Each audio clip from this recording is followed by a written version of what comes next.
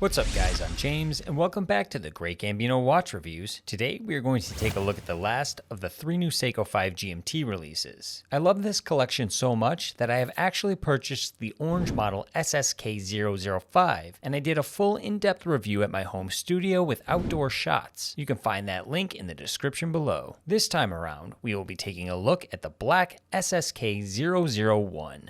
Real quick, I would like to give a special thank you to Feldmar Watch Company here in Los Angeles for letting me come in and check out this piece. No matter what type of timepiece you are looking for, Feldmar will be able to suit your needs. If you are interested in this piece or any of the other Feldmar watches I've reviewed, I will have a link down below in the description.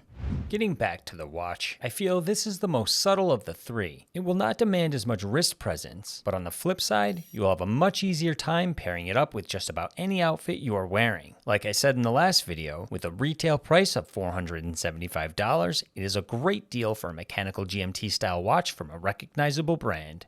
Seiko 5 watches tend to be fairly reliable on a low budget with impressive specs. If like me, you have been intrigued by the newer Seiko 5 line of SKX style watches, but have not yet felt there was a reason to pull the trigger, this added GMT function may just be the upgrade you were waiting for. Real quick, I'll go over the measurements. We have a case width of 42.5 millimeters. Lug to lug is 46 millimeters. If you want to change out the band, it's 22 millimeters, and we have a case thickness of just under 14 millimeters. As expected with this case style, the crown is placed at the 4 o'clock. It cannot be screwed down, but it does have a manual winding feature. Let's hear what that sounds like.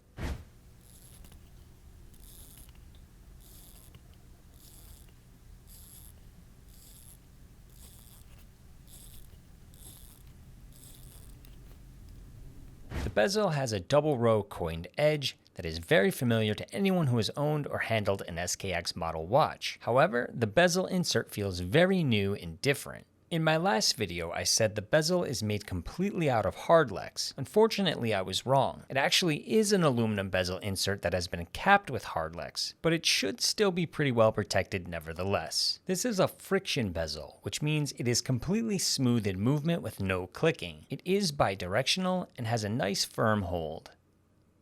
The glass is a flat piece of hardlex crystal. Hardlex is more scratch resistant than your typical mineral crystal, but not as good as sapphire. I have had plenty of watches with hardlex and they have held up quite well. With this newer GMT model, Seiko has added a Cyclops eye at the 3 o'clock to give you a little magnification on the date, making it easier to read.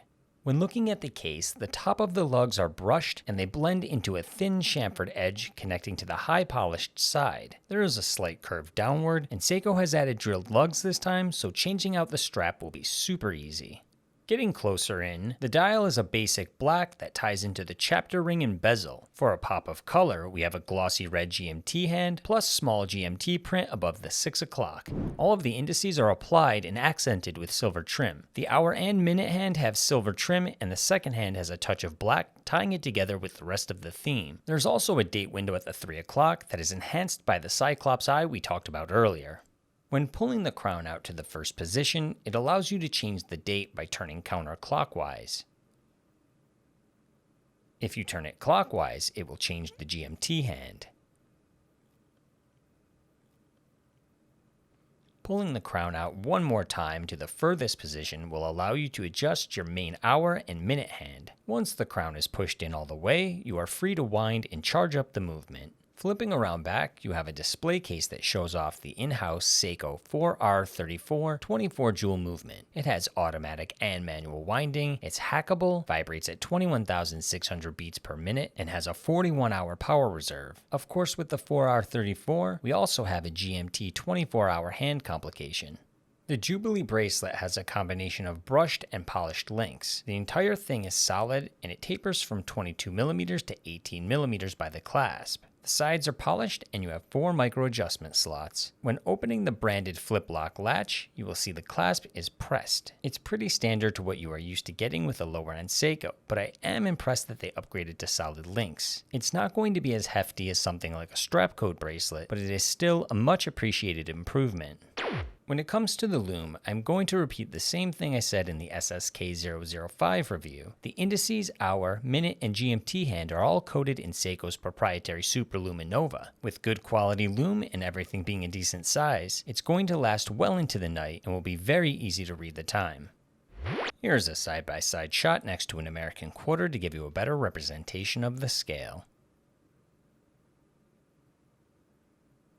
And here's a shot on my 6.75-inch wrist. This is one of those watches that has a very universal set of measurements. The 42mm width causes it to be large enough to fit on someone who has a bigger wrist size, but the fact that the lug-to-lug measurement is a modest 46mm, it can wear well on a variety of wrists, including smaller ones. Alright guys, that is going to wrap up this video. We have now covered all 3 of the new GMT Seiko 5 sports models. This is a very exciting set, and I can't wait to see what other companies do with this newly modified movement. Thank you for taking the time to watch this video. I hope you enjoyed it, and I will see you all in the next one.